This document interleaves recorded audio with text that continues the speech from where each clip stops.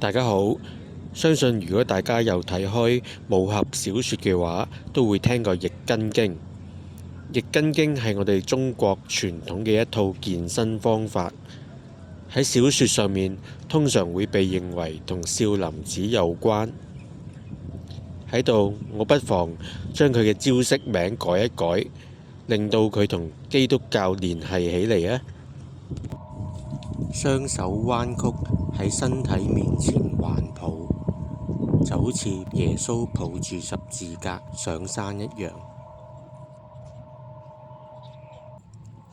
雙手向兩邊伸展，自然呼吸，就好似耶穌被釘喺十字架上面一樣。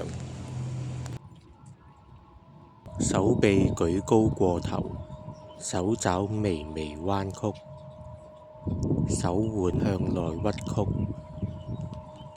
膝頭哥微微彎曲，身體微微坐下。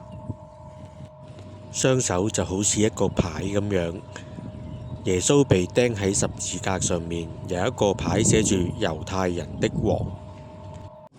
耶穌將自己當成一個活嘅祭品，用佢嘅生命為我哋贖罪，而我就將我所學習嘅武藝同埋成個人都當作祭品獻俾神。